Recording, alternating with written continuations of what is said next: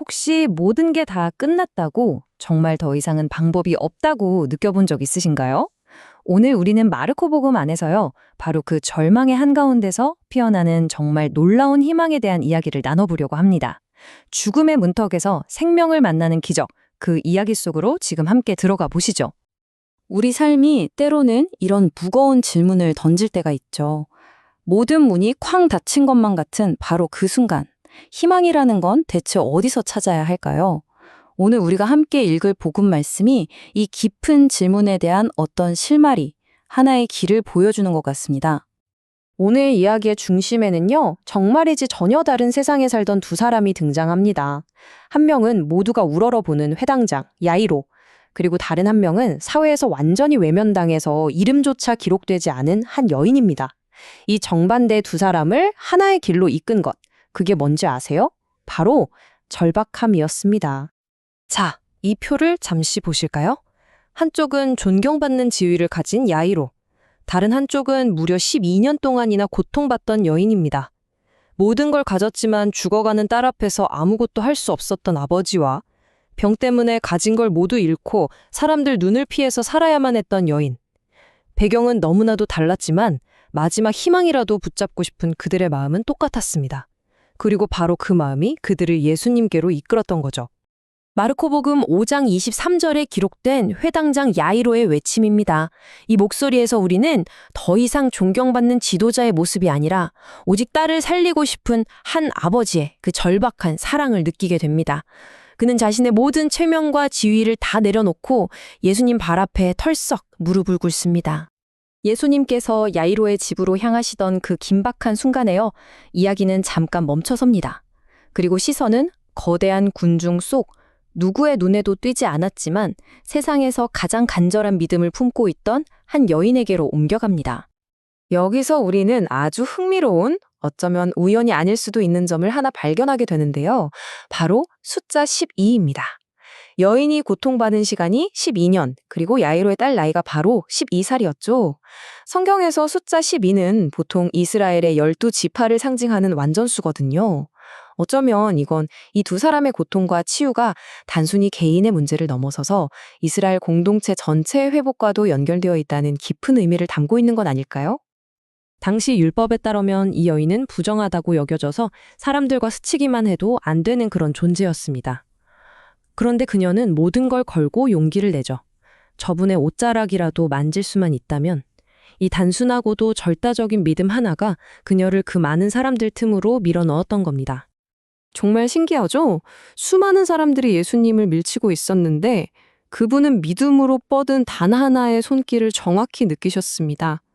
그리고 그녀를 외면하거나 꾸짖지 않으시고 오히려 정말 다정하게 딸아라고 부르시면서 육체의 치유는 물론이고 영혼의 평화까지 선물하십니다. 결국 그녀의 믿음이 예수님의 능력을 이끌어내서 그녀 자신을 구원하게 된 거죠. 한 여인의 그 길고 길었던 12명의 고통이 끝나는 바로 그 기적의 순간. 야이로에게는 정말 인생 최악의 소식이 전해집니다. 한쪽에서는 희망이 피어나고 다른 한쪽에서는 절망이 모든 걸 삼켜버리는 너무나도 잔인하고 극적인 순간이 펼쳐집니다. 따님이 죽었습니다. 이 차가운 한마디는 인간적인 모든 희망이 끝났다는 선고나 다름없었습니다. 더 이상 스승님을 괴롭힐 필요가 없다는 말은 이제는 정말 돌이킬 수 없다는 완전한 절망의 확인 도장이었던 셈이죠. 하지만 바로 그 순간 예수님께서는 절망에 무너져 내리는 야이로를 향해서 인간의 모든 논리와 상식을 뛰어넘는 말씀을 건네십니다. 두려워하지 말고 믿기만 하여라. 모든 것이 끝났다고 말하는 세상의 소리와 아직 끝나지 않았다고 말씀하시는 하느님의 소리가 정면으로 부딪히는 순간입니다. 이제 이야기는 절정으로 치닫습니다. 예수님께서 야이로의 집에 도착하셨을 때 그곳은 이미 울음과 통곡 소리로 가득했죠. 예수님께서 아이는 죽은 것이 아니라 자고 있다고 말씀하시자 사람들은 그분을 비웃습니다. 왜냐하면 그들의 눈에는 이미 모든 것이 끝났으니까요. 하지만 예수님은 그들의 조롱에 전혀 아랑곳하지 않으시고 죽은 아이의 차가운 손을 잡으십니다. 그리고 당시 사람들이 일상적으로 사용하던 아주 다정한 아람어로 말씀하시죠. 탈리타 쿰. 마르코복음 5장 41절이 전하는 그 뜻은 바로 소녀야, 내가 너에게 말한다. 일어나라. 입니다. 이건 단순한 위로가 아니었어요. 죽음을 향한 창조주의 명령이었습니다. 창조주의 명령에 죽음은 정말 힘없이 물러납니다. 죽었던 소녀가 즉시 일어나서 걸어다닌 것입니다. 이 기적은 죽음조차도 생명의 주인이신 하느님의 권능 앞에서는 그저 깊은 잠에 불과하다는 것을 우리에게 똑똑히 보여줍니다.